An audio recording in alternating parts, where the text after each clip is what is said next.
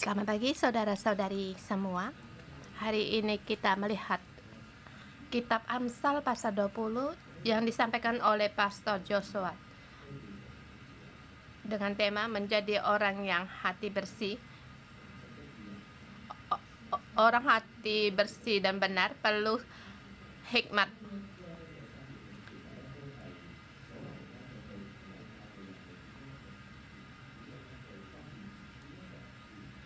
Amsal ini adalah Salomo mengajarkan orang bagaimana berbuat baik dan menjauh dari kejahatan. Kita perlu hikmat dari Allah. Apalagi di kitab ini, di ayat ini, di hubungan yang atas ada hubungan. Dan di dalamnya mengatakan adalah orang bebal.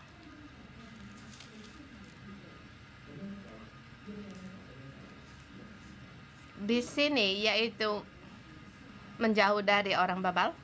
Kalau dua pasal dipadukan untuk melihat di pasal kemarin yang pertama sudah dikatakan kita harus bersih kelakuannya, dan juga hati ini mengatakan kita harus bersih kelakuan kita menjadi orang yang benar.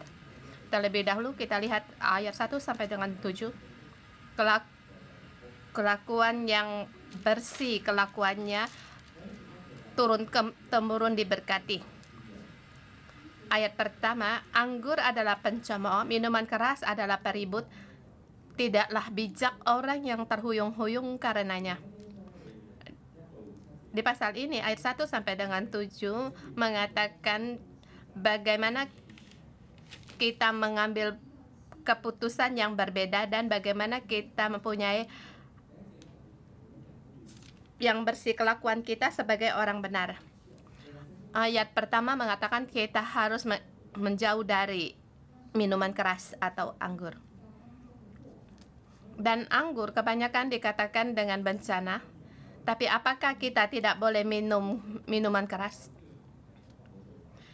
Tetapi dikatakan di Alkitab kita tidak boleh minum minuman keras. Yang pertama kali munculnya anggur yaitu minuman keras di zamannya Nuh. Waktu pertama dia mabuk, dia di situ telanjang, dan yang dibawa yaitu memalukan, dan akhirnya yang dibawa itu yaitu kutukan. Itu anggur yang membuat orang menjadikan bencana. Kita harus bersih kelakuan kita. 1 sampai dengan 3 macam yang harus kita hati-hati. Pertama, kita harus menghindar dari minuman keras, mabuk, anggur, atau memuaskan diri. Kita harus berhati-hati. Dan tidaklah bijak orang yang terhuyung-huyung karenanya. Jangan kehilangan hikmat dari Allah. Yang kedua dikatakan yang kita harus hati-hati, yaitu kegentaran yang datang dari raja adalah seperti raungan singa muda. Siapa membangkitkan marahnya membahayakan dirinya. Kita harus hati-hati mengadakan hubungan dengan pemimpin. Ini peringatan yang diberikan Alkitab untuk kita. Sebab Allah memberikan kita seorang pemimpin sebagai raja dan memberikan kuasa untuk setiap pemimpin. Kita harus berhati-hati. Kita harus ada hubungan yang benar. Kita harus berhati-hati dalam melakukan sesuatu. Ketiga juga yang harus kita jauhi, apakah itu? Yaitu kita harus menjauhi pembantahan. Yaitu dalam keadaan waktu kita memilih untuk menjadi orang yang bersih kelakuannya, sampai pada keadaan yang mudah mabuk, kita harus mengadakan jarak. Hubungan dengan pemimpin, ya memang kita berkata, kita bukan maksud kita jangan untuk tidak waktu dia datang kita menjauh, tetapi yaitu kita harus pekah perasaan akan pemimpin dan juga perasaan dan keperluannya. Kita harus menjadi hamba yang setia. Menghadapi perbantahan pertengkaran, Di zaman sekarang, kita belum tentu seperti orang bebal yang suka bertengkar, tetapi kita bertanya pada hati kita, pada waktu ada pertengkaran keadaan, apakah kita sendiri mudah ada pendapat kita sendiri? Kita mudah ingin mengatakan pendapat kita. Sesungguhnya kita tidak suka untuk bertengkar, tetapi otak kita lebih cepat daripada hati kita. Dengan cepat di salah satu posisi melihat keadaan, dan ada kesempatan waktu orang di samping kita berbicara. Dan juga kebetulan di dalam hati ada pendapat. Setiap kita kebanyakan merasa pendapat kita itu ada hikmat. Dengan secara normal akan menambah kata, dan terhadap orang kita memberi harga, terhadap perkara kita pun menilai. Tanpa kita ketahui, kita akan masuk dalam pertikaian. Karena setiap orang punya pendapat sendiri. Setiap orang mempunyai cara lihat dan penilaian.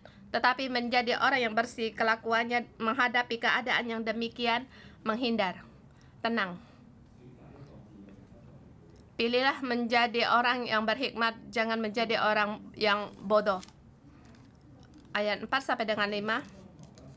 Pada waktu dingin, si pemalas tidak membajak. Jika ia mencari pada musim menuai, maka tidak ada apa-apa. Musim dingin. Musim dingin saat mereka harus bertanam. Tetapi musim waktunya untuk menanam, dia tidak mau menabur. Kita harus punya rencana, yaitu kita harus menjadi orang giat dan disertai kelakuan. Dan terhadap masa depan dia mempunyai rancangan dan punya anggaran. Kelima, rancangan di dalam hati manusia itu seperti air yang dalam, tetapi orang yang pandai tahu menimbanya. Yang dimaksud, kita sebagai orang yang berhikmat,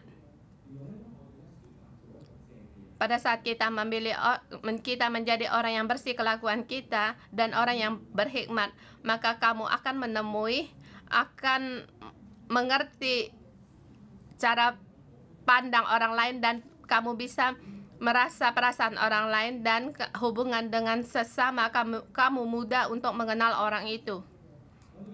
Dan kata di sini, kita di gereja sebagai ketua sel, Allah memberikan kita tempat yang demikian. Tapi apakah setiap ketua sel mereka pendidikan psikologi? Adakah kita sekolah bagian psikologi? Kita bukan keadaan yang demikian. Tetapi waktu kita memilih menjadi orang yang benar di dalam kebenaran, kamu akan menemukan di 611 di setiap ketua sel, seperti keinginan hati manusia di situ menjadi daya tarik, memberikan kekuatan kepada kita. Aku merasa ini pemberian Allah untuk kita pada saat kita memilih bersih kelakuan kita, yang selalu dikatakan di ayat ke-7. Orang benar yang bersih kelakuannya, kita berdiri dalam kebenaran.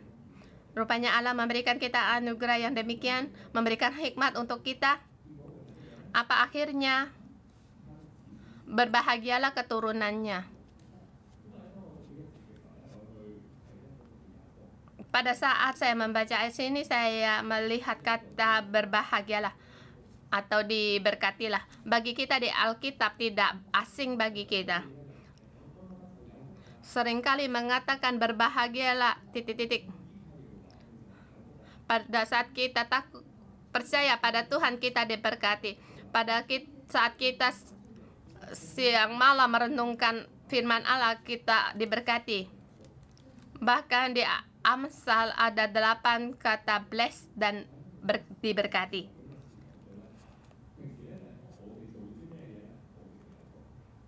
Pada saat meneliti kita melakukan kata apa yang kita lakukan berbahagia bukan hanya dimaksud bukanlah kamu hanya diberkati tetapi atau berbahagialah tetapi berbahagialah dari turun temurun. Dalam Amsal, pada saat kita bersih dalam melakukan sesuatu, maka berbahagialah keturunan berikut kita, turun temurun. Pada saat kita memilih dari perserongan kita untuk terus lurus. Kita memilih untuk menjadi orang benar. Maka keturunan kita ada jalan keluar dan keturunan kita bisa diberkati. Dan juga saya sangat bersyukur generasi saya sebelumnya membawa saya ke gereja. Bibi saya seorang perintis, ibu saya seorang Kristen. Saya tidak terpikir saya bisa datang ke gereja. Saya merasa jenuh. Dan saya merasa banyak peraturan. Sesungguhnya orang remaja juga berpikir demikian. Pada saat saya datang di tempat ini, saya mengalami diberkati.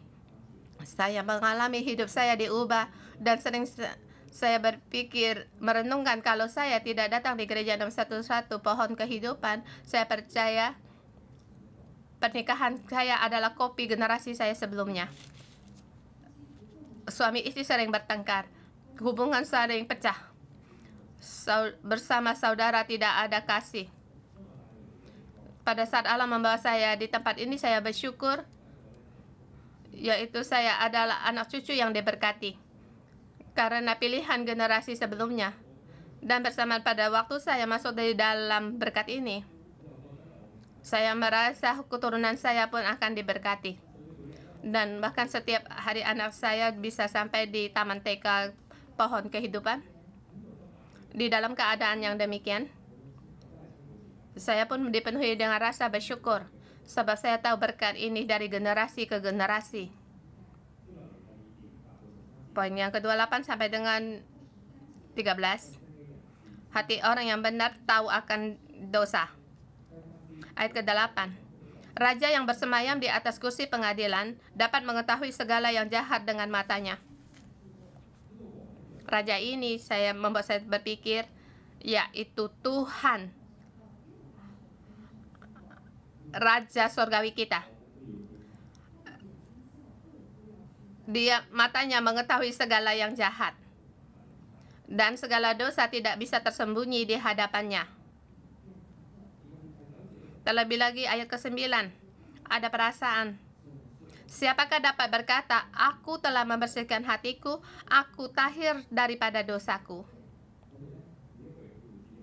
Kita setiap orang harus tahu satu perkara. Kita berdosa. Apakah kita setelah melewati hari penebus dosa, gereja 611 semuanya bersih? Apakah setelah mengaku dosa, semua laki-laki bersama istrinya tidak ribut lagi? Apakah setelah mengaku dosa, keegoan kita bisa pergi dari kita? Kita harus terus menjadi orang yang terus berusaha untuk terus dan tahu akan dosa. Ayat 10 sampai dengan 11.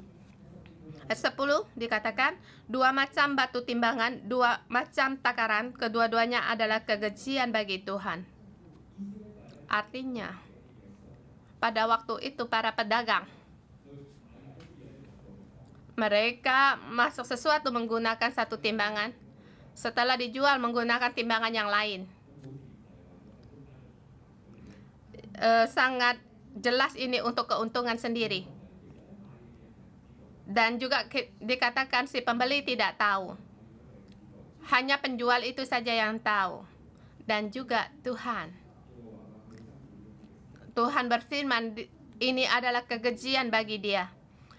Kekejian yang disembunyi-sembunyikan. Dan dia kekejian bagi dosa yang tidak dilihat oleh Allah, tetapi dilihat oleh Allah.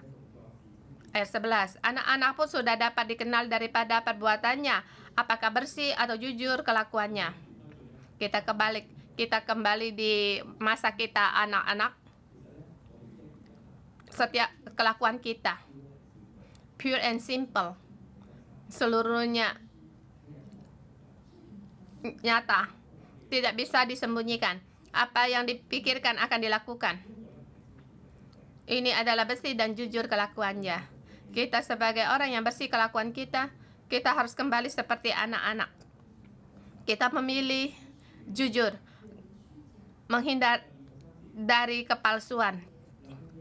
Ayat 12-13, telinga yang mendengar dan mata yang melihat, kedua-duanya dibuat oleh Tuhan. Jangan menyukai tidur supaya engkau tidak jatuh miskin. Kita harus tahu bahwa dosa ini ada pada kita. Telinga kita bisa berdosa. Kita suka mendengar gosip, menggoda kata-kata terhadap penghakiman suara-suara ini. Kalau orang itu tidak kamu suka, kamu akan bersama menghakimi dia. Apakah kita peka bahwa telinga kita dibuat oleh Allah? Apalagi nafsu mata kita. Mata kita suka mendengar hal-hal yang porno. Mata kita suka melihat di media gambar-gambar yang berlebihan. Kita tidak bisa menghindar. Sifat kita memang mata kita suka melihat. Seperti di drama tahun perayaan Sukot, seperti setiap orang melihat HP-nya sendiri, terus melihat. Bagaimana tahu untuk menjadi orang yang tahu dosa? Penulis memberitahukan kita agar kita tahu telinga dan mata kita dibuat oleh Tuhan. Jangan suka tidur supaya engkau tidak terjatuh miskin. Nafsu kita, kedagingan kita juga masing-masing juga punya malas. Dan ayat 13 seperti kata perintah. Matamu harus terbuka. Bukalah matamu. Dan memberi semangat bagi setiap orang yang membaca Amsal ini agar matanya terbuka.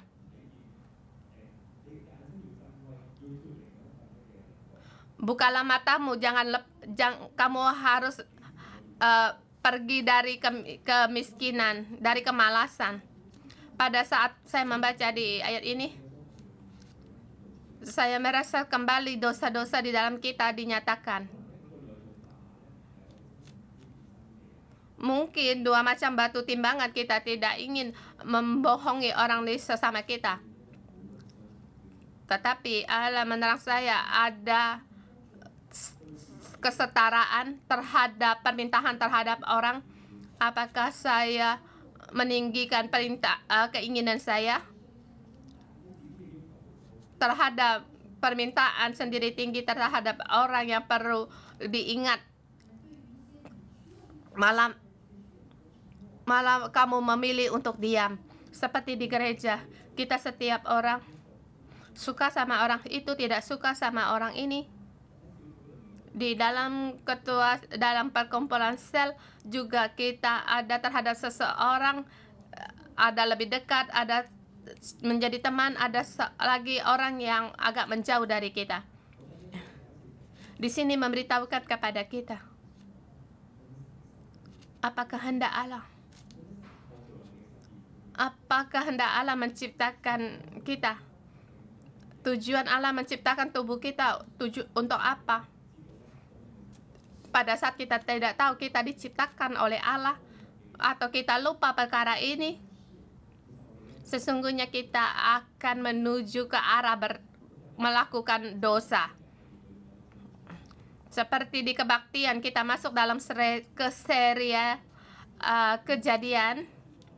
Saya merasa Allah kembali untuk membantu gereja satu-satu untuk kembali ke permulaan yang baru, kembali memahami ciptaan Allah, dan juga dalam keadaan demikian menolong keturunan kita berikutnya untuk kembali memperkuat dasar fondasi agar kita menjadi orang yang bersih kelakuannya. 14-17. Orang yang bersih kelakuannya, yaitu dia harus terhindar dari harta kekayaan. Ayat 14, tidak baik kata si pembeli Begitu ia pergi, ia memuji dirinya. Ini adalah tawar-menawar. Mungkin kita berkata kepada orang, hal ini tidak baik. Dia tidak seharga ini. Tetapi pada waktu dia beli kembali, dia memuji dirinya. Saya sangat lihai. Mulut saya sangat hebat. Seperti menggunakan mulut saya menguntungkan uang saya. Ini adalah sikap kita terhadap harta kekayaan. Tidak nyata. Terlebih lagi di dalam hati kita ada keserakahan.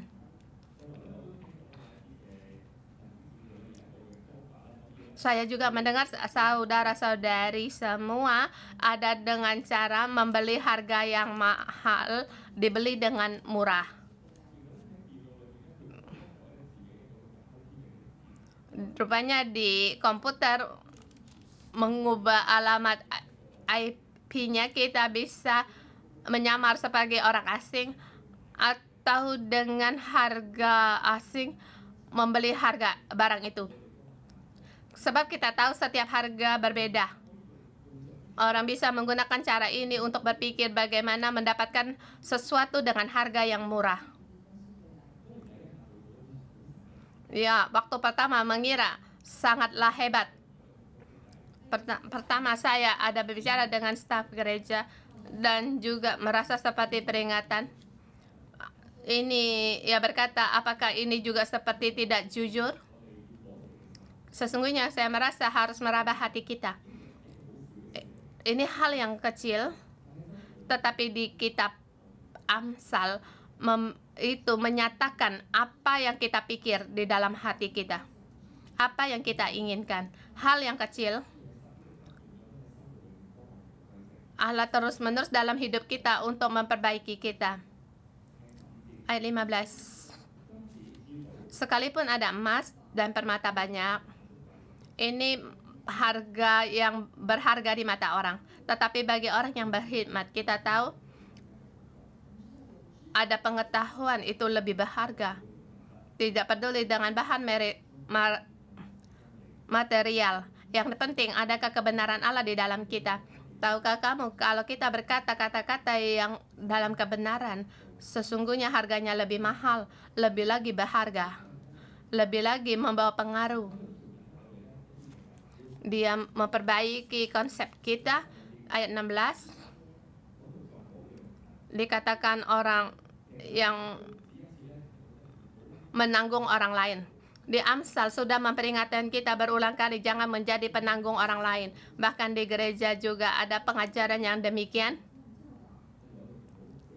Seperti kita jangan meminjamkan uang atau menjadi penanggung orang lain. Walaupun kita dalam rohani, kita dalam satu keluarga, tetapi dalam keuangan kita harus ada garis batas. Sebab kita banyak mengalami hal karena keuangan akhirnya memecah perhubungan. Jadi kita harus menjadi orang yang bersih kelakuan kita. Kita harus punya garis batas. Di dalam keuangan juga demikian. Dan juga roti hasil tipuan merasa sedap rasanya, tetapi kemudian mulutnya penuh dengan kerikil. Ini yang dikatakan juga kita di dalam harta kekayaan kita memilih bersih kelakuan kita. Kalau dengan cara yang tidak halal mendapatkannya seperti tadi perumpamaannya, kamu akan merasa seperti mendapatkan, tetapi satu hari Allah akan menerangi hal ini. Allah melihat semuanya ini dan melihat hati kita. Allah Bapa mengasihi kita, Dia pasti akan menolong kita. Mungkin cara menolong kita, caranya ada kerugian dalam harta kekayaan kita, tetapi untuk memperingatkan kita, Dia tidak ingin apa yang di mulut kita penuh dengan kerikil. Jadi kita harus bersih di dalam harta kekayaan. Dan kembali lurus 18 sampai dengan 25, poinnya keempat. Orang yang hati bersih tidak tergesa-gesa menanti Allah. Karena keterbatasan waktu tidak persatu-persatu dijelaskan. Di sini mengatakan karena hati kita yang tergesa-gesa. Karena tergesa-gesa, tidak berpikir terlebih awal, maka timbullah pertikaian. Ayat 18 sama saja itu kata perintah. Kalau sungguh kamu akan berperang, kamu haruslah terlebih dahulu berpegang pada hikmat yang dari Allah. Di Alkitab ada dikatakan, kita di dunia jangan ada peperangan.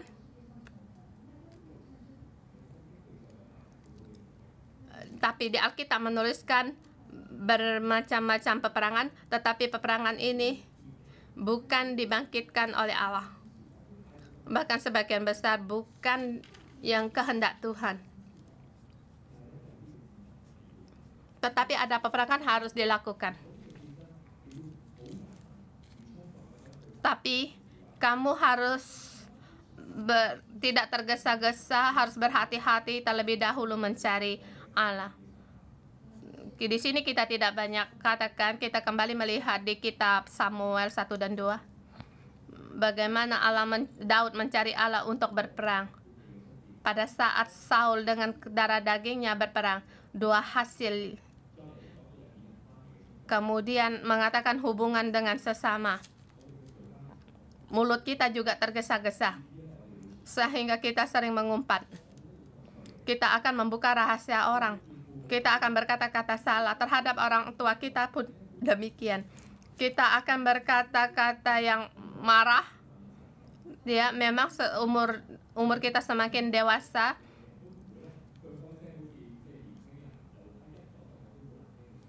saya percaya kita tidak lagi berkata seperti anak-anak muda. Kata-kata yang tidak enak didengar. Kita bisa mengendalikan diri. Di sini di mata kita adakah demikian terhadap ayah dan ibu kita? Kita harus hati-hati. Di sini mengumpat itu juga artinya meremehkan. Milik yang diperoleh dengan cepat adalah mulanya. Ini adalah akhirnya tidak diberkati. Ini dikarenakan juga tergesa-gesa di ayat 21. Ini juga tidak diberkati. Karena tergesa-gesa kita ingin sekali kita dengan kejahatan dibalas dengan kejahatan. Di gereja sedikit kita lakukan ini. Kita dalam wilayah kasih, tetapi kembali di tempat kerja kita. Tapi apakah kita bisa membawakan kasih di tempat itu? Di tempat kerja. Apakah kita bisa orang yang menyalahkan kita tidak melawan, kita berdiam diri? Itu hal yang tidak mudah.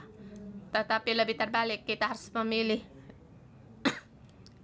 kasih ini dibawa ke tempat kerja. Kita harus mengasihi orang yang tidak kita mengasihi kita. Kita harus mengasihi orang yang pernah menyakitkan kita. Terlebih lagi kebawahan kita sehingga membuat kamu kerugian. Mungkin kamu hanya mendengar orang yang memburuk-burukkanmu di belakang atasanmu. Pada saat ada kesempatan untuk balas dendam, ayat 22 memberitahukan kepada dia, nantikanlah Tuhan, nantikanlah Allah. Tapi bagaimana kita sering-sering tergesa-gesa? Di dalam setiap kita tergesa-gesa, pada saat kita ingin membocorkan mulut kita, pada saat ingin menghina atau marah, ini dikarenakan karena kita sering-sering tidak menanti Tuhan. Kita harus menanti Allah. Ayat 24 pun demikian. Kita tahu langkah kita ditentukan oleh Tuhan. Ada Allah. Poin yang terakhir 26 sampai dengan 30. Hati orang yang bersih ada Roh Kudus, ada kehormatan. Terlebih lihat ayat 27. Roh manusia adalah pelita Tuhan yang menyelidiki seluruh lubuk hatinya. dalam arti terjemahan yang lain, yaitu Roh Tuhan adalah pelita bagi manusia. Di sini saya harus mengambil kesimpulan. Saudara semua, apakah kita bisa mempunyai hati yang bersih kelakuan kita? Sering kita harus terus kembali seperti di pasal kemarin kita katakan. Kita sering-sering jalan kita membengkok. Kita mudah sekali menjadi orang yang bersih hati. Kita orang yang benar. Tetapi di sini kembali memberitahukan kepada kita hanya Roh Tuhan yang bisa menolong kita. Setiap pagi kita menanti Roh Allah dan berfirman kepada kita. Pada saat kita terus-menerus untuk kembali lurus, kalau kita yang bersih kelakuan kita, keturunan kita bisa diberkati. Dan juga di ayat 24, kalau kamu hati yang bersih kelakuannya, kamu raja atau pemimpin, kamu punya kasih dan setia yang kamu bawa pengaruh, yaitu melewati generasi. Kita sebagai ketua sel pelajar di setiap catatan khotbah mengatakan bahwa semua orang Kristen adalah orang Lewi yang dipilih oleh Allah. Kita adalah dipilih Allah sebagai wakil dari Raja. Pada saat kita kembali lurus, kita memilih sering-sering terkait dengan Roh Tuhan. Di sini memberitahukan kepada kita akan dihormati. Dan juga pengaruh kita bisa diteruskan sampai pada keturunan kita berikutnya, sampai kepada di setiap dunia. Mohon Tuhan untuk menolong kita agar Roh Kudus hari ini berfirman kepada kita. Mari kita memuji Tuhan Allah kita. Ya Tuhan, kami dari generasi diam di dalam Engkau sampai selamanya. Dari generasi ke generasi berjalan dalam jalan yang Engkau berkati. Haleluya. Tuhan, Engkau mau mengangkat kami di generasi sekarang dan generasi kami berikutnya. Sampai kami mau mendeklarasikan dari generasi-generasi Engkau ada bersama kami.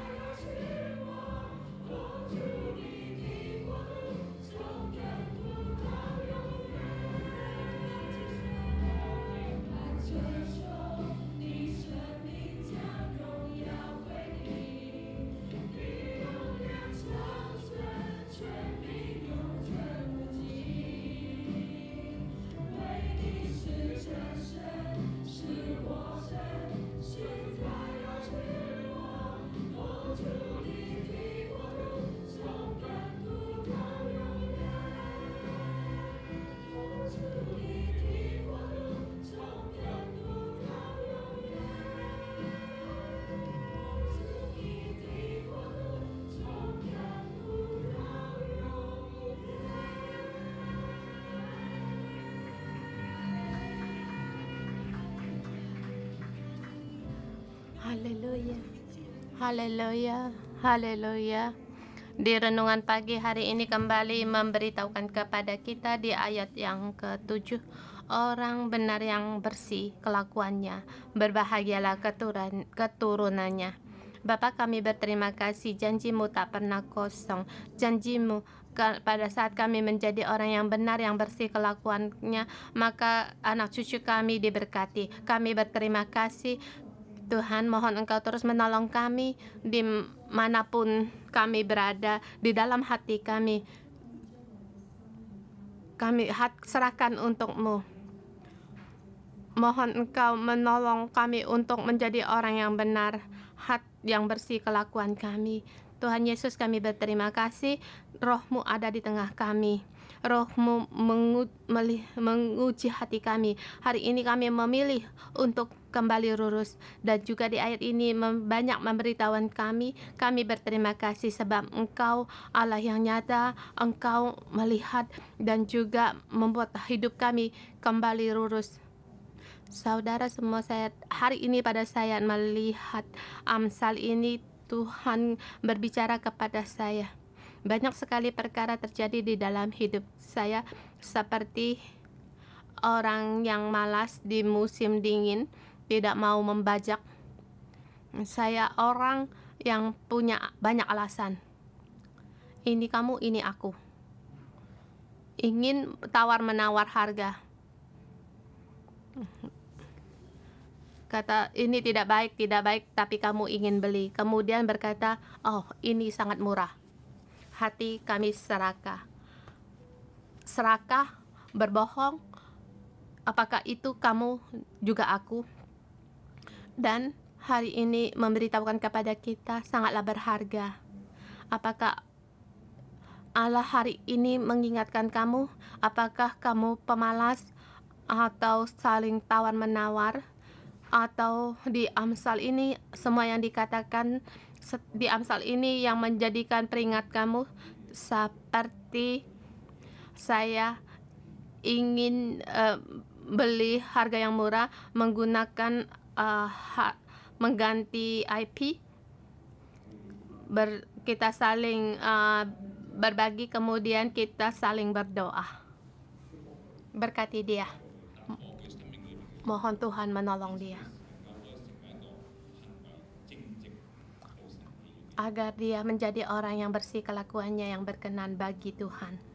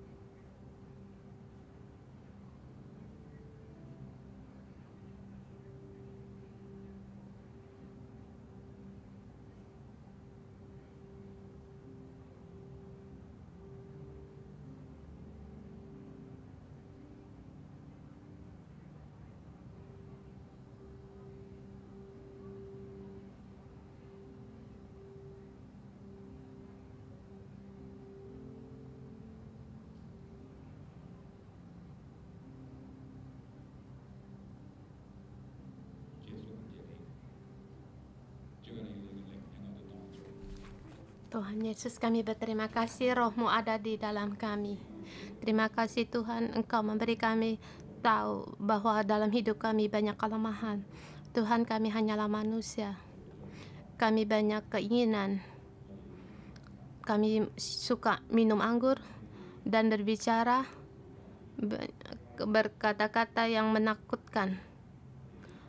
Kami bisa bertengkar, berbohong, membocor mulut, dan malas. Kami juga serakah. Bahkan kami memarahi orang tua kami. Ini kelemahan dalam hidup kami. Tuhan, tolonglah kami. Saudara-saudari semua di saat ini, pada saat kamu selesai berdoa, kamu letakkan tanganmu di atas hatimu, kita rabah hati kita. Hari ini roh Tuhan ada di dalam kita dan menerangi kita. Pada saat kita bisa melihat kelemahan kita, apakah hanya dibicarakan selesai? Kita bersamaan di hadapan Allah, kita kembali bertobat. Mohon Allah memimpin kita sehingga kita bisa keluar dari masalah ini. Mari kita meraba hati kita bersama berdoa. Ikuti doa kita, mengaku kelemahan kita, dosa kita. Tuhan Yesus, terima kasih. Lewat Amsal, Engkau mengingatkan aku. Di dalam hati keserakahan dalamku, pemalas, memuaskan diri. Di dalam aku, lidahku yang jahat, meneruskan kata, marah, bahkan marah ayah dan ibu. Dan juga di dalam hati tidak ada kasih, tidak bersih. Yang aku lakukan jahat. Mohon Tuhan Engkau tolong aku di hari ini di hadapan-Mu yang barusan aku katakan kelemahan dalam hidupku. Ya Allahku, mohon Engkau tolong aku, beri aku kekuatan agar bisa menerobosi ini. Aku rela meninggalkan kejahatan ini, kembali kepada jalan kebenaran-Mu. Tuntunlah aku, beri aku kekuatan. Roh Kudus, mohon Engkau penuhi aku, menuntun jalan hidupku. Terima kasih Yesus, mendengar doaku dalam nama Tuhan Yesus Kristus. Amin.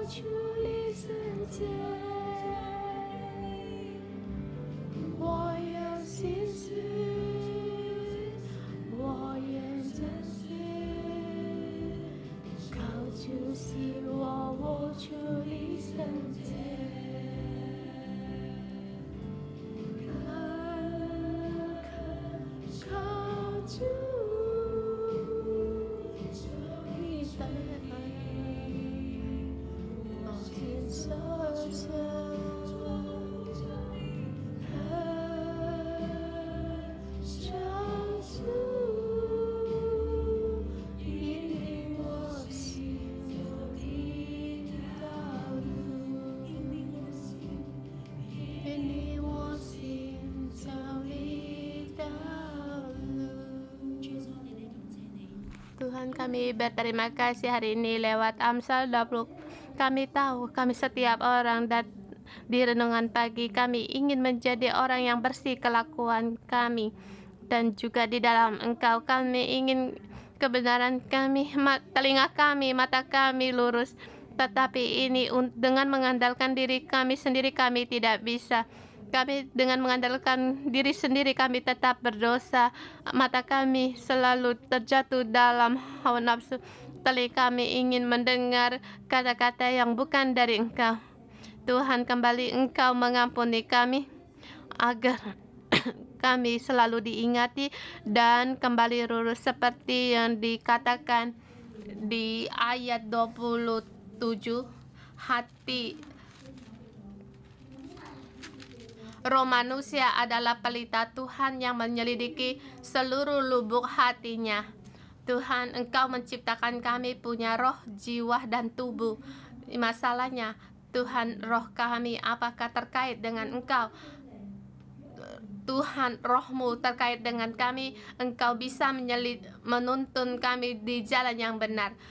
Engkau bisa menuntun kami di jalan yang benar, yang bersih kelakuannya. Tuhan, tolonglah kami agar kami selalu terkait dengan Engkau dan terus terkait dengan Roh Kudus. Dan kami mau dipenuhi Roh Kudus sehingga kami dengan mengandalkan Roh Kudus menjadi orang yang benar, bersih kelakuannya. Kami tidak mau mengandalkan diri kami sendiri, sebab kami tahu mengandalkan diri kami tidak sanggup. Roh Kudus penuhi kami. Saudara-saudari semua, mari kita berdoa mohon Roh Kudus. Kamu bisa dengan bahasa roh atau bahasa lidah atau nyanyian roh. Mohon Roh Kudus untuk memenuhi kita dan terkait dengan kita dan terpaut dengan kita. Roh Kudus, penuhilah kami agar kami menjadi hati yang bersih. Tuhan, Engkau datang penuhi kami, tolong kami.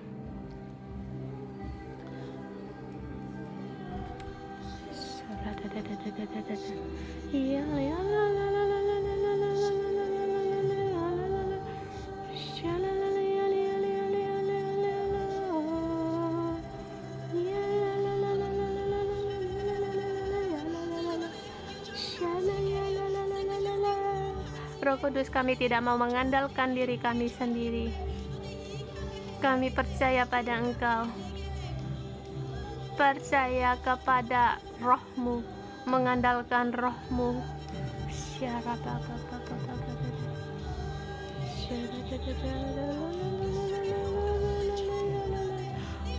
Mohon Roh Kudus memenuhi kita, memenuhi-Mu.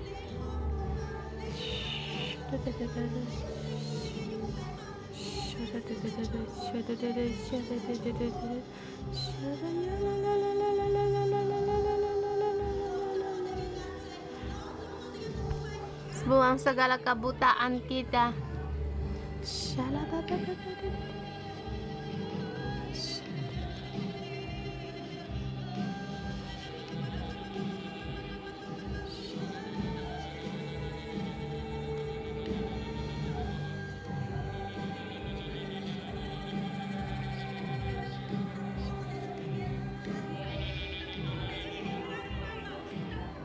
Tolong kami terobos segala bingkai-bingkai dalam hidup kami. Roh Kudus, mohon Engkau penuhi kami, tuntun kami agar Engkau menjadi pelita di dalam hidup kami.